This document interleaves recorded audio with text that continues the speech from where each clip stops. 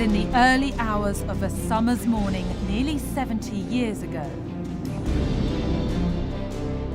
that an unidentified flying object was spotted over Kent.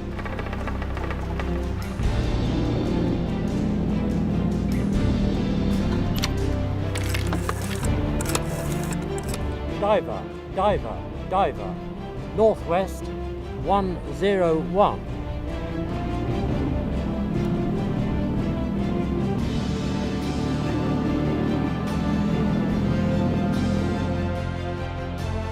The descriptions at the time said the mysterious aircraft emitted a low, rhythmic tone as it flew. It travelled at a terrific speed with flames and bright lights trailing behind it. The year was 1944 and Britain was under attack by robots, the Doodlebugs. The flying bomb, the V1, the buzz bomb. Call it what you will. Germany's indiscriminate bombing methods run riot in the use of her latest terror weapon, the flying bomb. They brought horror and terror to the people of Kent and Sussex. Nazi Germany had finally unleashed its secret weapon. The V1, the Doodlebug, was the origin of the modern cruise missile.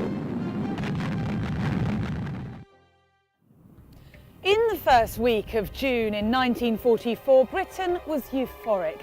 The successful Allied D-Day landings across the Channel in France, just 7 days before the first Doodlebug landed, had given the nation the feeling that at last we were winning the war. But then the Doodlebugs were launched from secret sites along the French and Dutch coasts. Their target, London. But the first one was a little off target. Luckily enough, it landed in open farmland in North Kent, but it was quickly followed by 3 other flying bombs.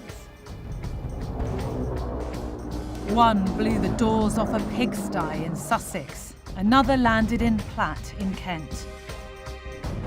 And the other made its way to Bethnal Green, London, and claimed 6 lives, the first fatalities of the bombings.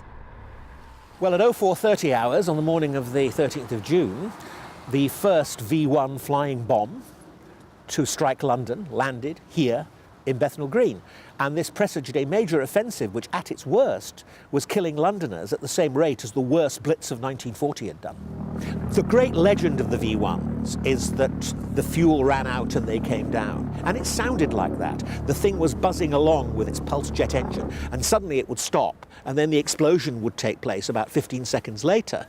What actually happened was that the missile had a guidance system. There was a little propeller on the front that was timed to go around a certain number of times, and when it had gone round a certain number of times, the elevators on the missile were altered and it began to dive. And as it dived, its fuel injection system couldn't overcome the force of gravity and the engine stopped. Oddly enough, the Germans spent a lot of time trying to stop that happening, but actually it probably had a greater morale effect because of this dreadful, ominous silence. In total, 2,419 Doodlebugs fell on London, and the effect on morale there was devastating. The terror of the Blitz was still fresh in the minds of Londoners, and many people left the city, believing rural areas to be a safe haven. But were Kent and Sussex any safer than the big city? It dawned on RAF intelligence, the famous R.V. Jones, that actually if you used our control of the German spies, we'd use that as a deception at D-Day. We had control over every German spy in Britain. And if we got them to send misleading information back home, the Luftwaffe would actually think that their weapons were overflying London and they would shorten the range. And actually, looked at coldly, it was better that they landed in the sparsely populated areas of Kent and Sussex than they landed in the more densely populated areas round here. Indeed, it's estimated that bringing the V1s down in Kent and Sussex, sometimes on houses and so on, actually saved probably as much as 50% of the potential casualties that might have been inflicted. So the government was prepared to sacrifice the lives of those in the countryside for London. We can for the first time publish secret films photographed at the killing grounds in southern England. The guns, first line of coastal defence, open up on a victim. Intelligence plots, barrage balloons, anti-aircraft guns and fighter plane patrols made Kent, Sussex and Essex the three most dangerous places to be outside the capital.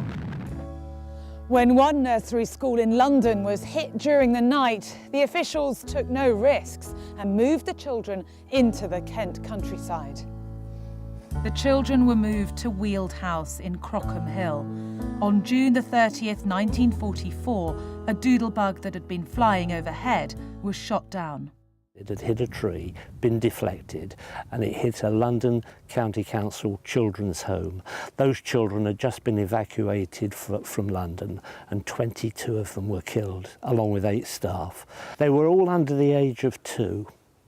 And there were little bodies mixed up with all the rubble and debris, and the heavy rescue squad were there. It was just a complete, total tragedy, and it was actually Kent's worst incident during that period. Ken Munday is 83 and has lived in Westfield in East Sussex all his life. Today, He's tending one very particular unmarked grave. Doris Lynch was 23 years old and 6 months pregnant when she died on the night a doodlebug hit Westfield, an event that was etched onto the memory of a 13-year-old Ken. Suddenly there was this massive explosion. There was people and the emergency services were just arriving. Locals were digging at the rubble. And yeah, we stand there watching it all going on and that, but then suddenly, as they're digging around and found her, and the emergency services only just, I don't know if someone, you know, tried to lift her too soon or something. Terrible.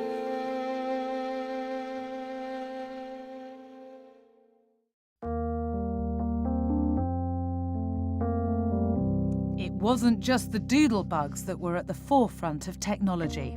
The RAF's Gloucester Meteor was Britain's first jet fighter and had a unique way of bringing down the V1s. And one of the first doodlebugs the jet brought down crashed into this field at a farm in Headcorn near Maidstone. This one was actually brought down by the Meteor pilot getting his wing underneath the wing of the flying bomb.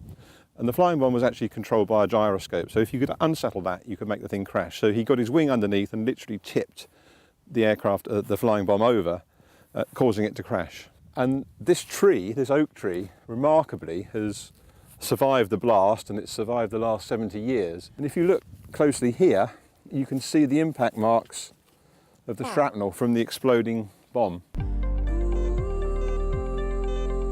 And 70 years on, pieces of shrapnel from the exploded doodlebug can still be found in the fields surrounding the crash site. That's a piece of flying bomb, piece of shrapnel from the flying bomb. How do you know that then, Andy?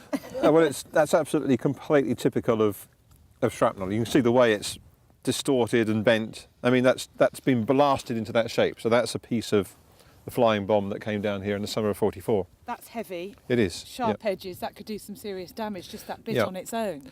Well, I mean, there was approximately a ton of explosives, and the flying bomb was literally shredded by the explosion, and this would have gone flying, you know, several hundred yards.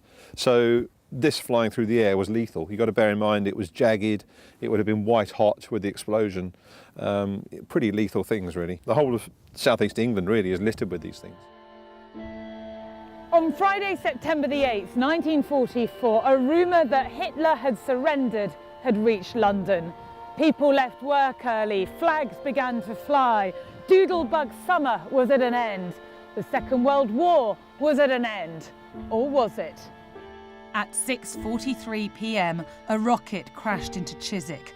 Unlike the Doodlebug, the rocket made no warning sound and took just 5 minutes to reach London from the Dutch coast. The V2 rocket had replaced the Doodlebug and brought with it even more destruction and devastation. Albert Speer, Hitler's architect, mentioned in his book that the V2s could have been fully operational at a much earlier date if they'd received more support from Berlin.